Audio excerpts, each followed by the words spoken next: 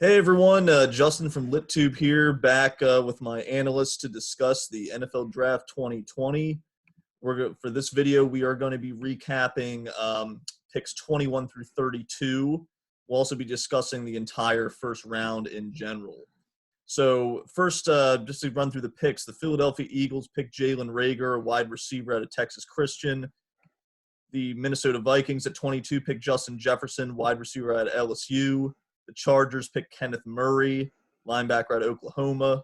The Saints then picked Cesar Ruiz, a center out of Michigan. The 49ers drafted Brandon Ayuk out of Arizona State, a wide receiver. The Green Bay Packers drafted Jordan Love, a quarterback out of Utah State. The Seattle Seahawks drafted Jordan Brooks, a linebacker out of Texas Tech. Baltimore Ravens drafted Patrick Queen, linebacker at LSU. Tennessee Titans got Isaiah Wilson, an offensive tackle from Georgia. The Dolphins drafted Noah Igbinoghene, a cornerback out of Auburn. Vikings got Jeff Gladney, another corner. And then the Chiefs had the last pick in the first round and got Clyde Edwards-Hilaire, a running back at LSU. Ooh. So who wants to jump into this first? Jordan, maybe? Or Gerald? I'm going to actually surprise you all and not talk about the Ravens first. I'm actually going to talk about Green Bay. Yeah. Jordan Love in the first round. What the hell? Aaron Rodgers. Aaron Rodgers is at his house shitting himself. Like, what the hell are y'all Same thinking? thing Brett Favre did. You've got a window with the Packers, and you already have Aaron Rodgers for so many more years. And instead of using maybe that to get him a weapon or to get a defensive piece that could be the difference in what was a short run in the playoffs last year, you go out and get his backup that's going to not play maybe for 2 or 3 more years unless they kind of do what they did to Brett Favre and just say goodbye. Mm-hmm. Yeah, Almost the same spot. Yeah, I mean they've seen that formula work, sitting a good quarterback behind an all-pro, all great. So I mean, I was surprised Jordan Love just because I've seen him play for 4 years. He, played in the Mountain West Conference. He played against BYU for years. So I've had the opportunity to see him, and he's an athletic kid. I think working under Aaron Rodgers might do well for him. I think he'll be able to develop to that next level. I was just caught off guard that Green Bay would choose a quarterback in the first, and not like a receiver or maybe a lineman or something like that. But I don't know. We'll see what happens. Yeah, guys, I actually want to jump in on this because this was one of the things I was going to bring up, and now it's already been brought up. Yeah, I mean, the Packers, you talk about the short window there, you get someone in there that can help Aaron Rodgers now win a Super Bowl within the next 2 to 3 years when he's still going to be, relatively good still. So I don't understand the pick. Other than I guess they want the heir apparent, but it seems a little too early for me for that.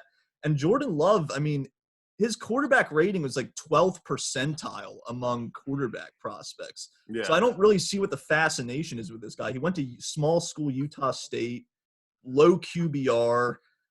So I just don't see it with him. I don't understand the pick at all. He's definitely not a first-round talent for me. But no, I would have. yeah, Sorry. Go ahead. I definitely would have shot him a second or third round. I mean, is he a good quarterback? Yes, he's good enough. But I don't think he's a first round good enough, especially, where he was drafted for Green Bay of all teams. Could I have seen him slip into the second, third, maybe fourth round for the Patriots? Yeah, that I could have seen. This was out of nowhere. I really didn't understand why they would try to jump. Why they jumped up 4 spots ahead of the Titans, Ravens, and the Seahawks, who all have established quarterbacks. To grab a Dolphins pick, they took Tua. None of them are going to take Jordan Love. They could have easily sat at the 30 and still taken Jordan Love and kept their 4th-round pick. So that was kind of mind-boggling to me. Yeah, I'm not sure what that was about. I guess we can talk about the pick of the night, at least my favorite one, Patrick Queen. We talked about him on the Ravens, when we recapped the Ravens video. But, yeah, the best linebacker off the board, and the Ravens got him. Shades of 96, I hope. Yeah, you're looking at it's Eric DeCosta's brilliance again to stay patient in this draft. I mean, I think everyone wanted him to kind of potentially trade up to make sure they get Patrick Queen. And you saw Ken Murray go a few picks earlier, and you're thinking, oh my God, did the Seahawks take him? Are the Packers moving up to take him? And they sit quietly. They end up grabbing him, the guy they really wanted, I think, ultimately to begin with. and they keep their 2 seconds and their 2/3, setting up a tremendous Friday and Saturday for this team. Yeah, it's going to be a very exciting weekend for the Ravens specifically. There's going to be a lot of new talent coming in. And we've already seen what this front office can do last year's draft and so far with this one. The sky's the limit. I'm excited. But we're going to talk more about that, me and Jordan, later. But, yeah, Mike, what'd you think so far, man? It's been a wild night. Some of these picks were surprising, the order they came in, but I think there's a lot of young talent get ready to come into the league, and I think that to have a really positive effect on these teams. I think it's going to change a lot of things for a lot of teams, and I think it's going to allow for some variation in the play calling and the playmaking. So, but congrats to and I hate to say this because I'm a Steelers fan. I feel a little traitorous saying it, but congrats to the Ravens on the pick of Patrick Queen. I think he's going to fit nicely into that linebacker core. With Marshall Yanda retiring and Judon's status kind of up in the air right now, so that'll be a good bit of help to LJ Fort. Yeah, definitely. So it's been a good night, good draft so far, and I'm looking forward to the next couple of days. Yeah. What are your thoughts on the amount of wide receivers that went in this draft, and particularly late with Jalen Reagor and Justin Jefferson, who I think were some of the better receivers, period, and to fall that far? I was impressed by that. Yeah, Ross, you were a big fan of Jefferson. What are you thinking about that, buddy? Yeah, I was kind of hoping he was going to start falling, but the Vikings pretty much went and replaced Diggs with the pick they traded him for. So they essentially did what the 49ers did with DeForest Buckner. They traded him, replaced him with a younger, cheaper talent. Kind of saw it coming after. I thought the Eagles were going to take him because they needed wide receiver help, but they went with another one. So the Vikings were right there. It would look nice in our purple, but I think that was a good pick for them. Yeah, I mean, there are probably still some receivers down the road I think the Ravens will try to experiment on. But, yeah, I want to talk about the Cowboys for a second. Their offense is loaded. Yeah, they just added a new receiver. The news about Dak Prescott's brother came out today, prayers for his family. But, yeah, the Cowboys are actually looking like a beast.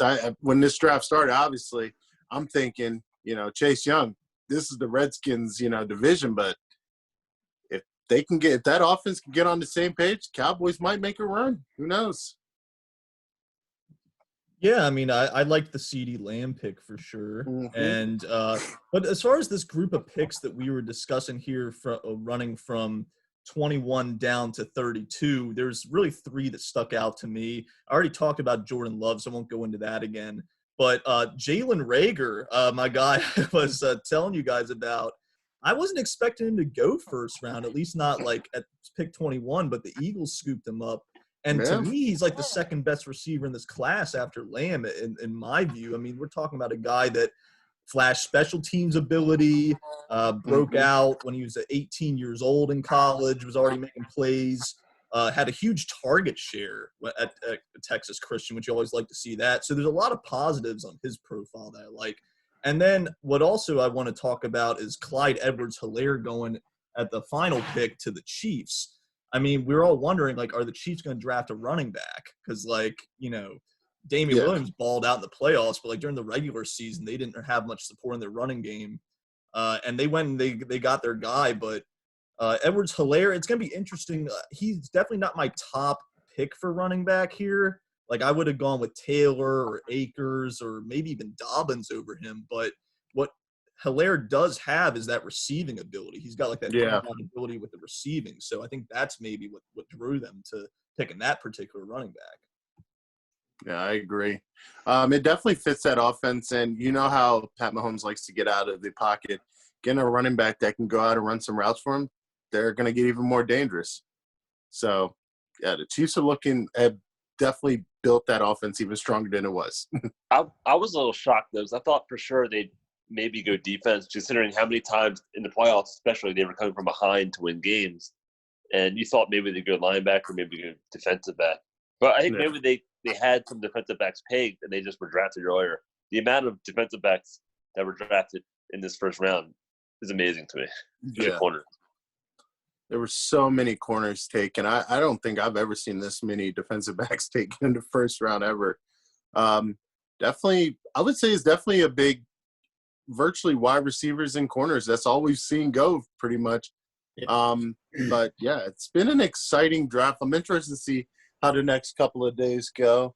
Now that we at least know the format of how this draft goes, I think everybody's going to be a little bit more relaxed in the next couple of days. And yeah, it's going to be interesting to see where this, how this goes. I mean, are there any like players that weren't picked in the first round you're surprised slipped, or any guys you're looking forward to seeing who takes them on day 2? Like, I mean, what do you guys think about that angle of it?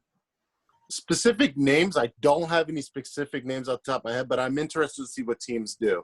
You look at the Patriots, again, I would have thought they were going to pick the quarterback in the first, but it is the Patriots, and we know how they do. They drafted Tom Brady in the 6th, and you see what happened. So look out for them to make a move on quarterback. I still think the Ravens need some interior alignment, maybe get a third tight end to help Boyle and Mark Andrews kind of replace Hayden Hurst. That's going to be interesting to see what they do. Yeah, really interested to see. I will say on the offensive side of the ball, there's still some interesting prospects that are going to be available.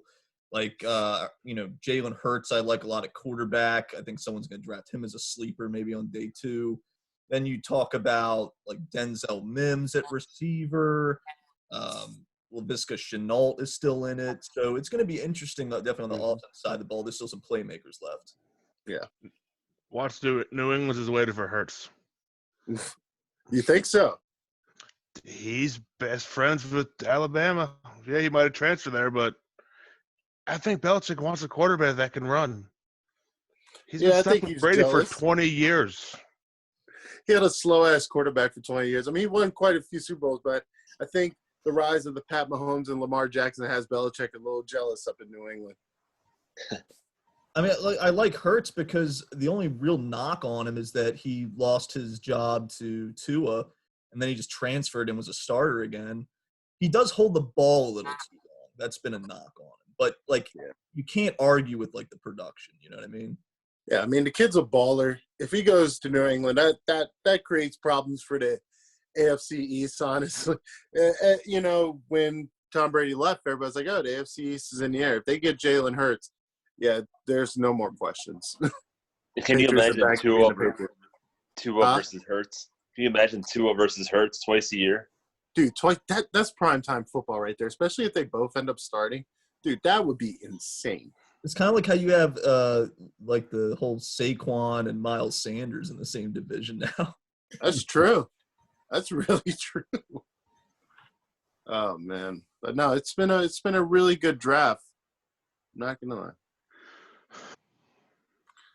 Yeah, so I mean, I don't know about you guys, but I'll definitely be looking to put out some videos for the next two days of this draft. Talk about my sleepers and whatnot. But we'll see what we can come up with for the next couple of days. But it's been a good night of doing this, and so our audience, make sure to like and subscribe to LitTube, and stay tuned for more videos. All right.